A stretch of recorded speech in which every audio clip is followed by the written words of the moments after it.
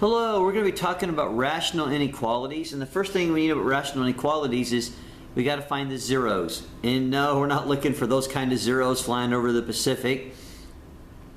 We're looking for right here, and this is what we talked about. The value of a rational expression can change its sign only at its zeros. And basically, and what happens is, this is when the x is equal to the numerator is 0, and for when the denominator is 0. So what we're going to be talking about is this here. When solving rational inequalities, it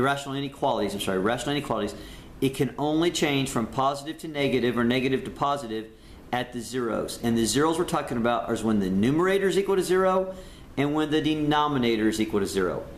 Okay? And these two types of numbers, these are the key numbers of the inequality that we're going to be looking for.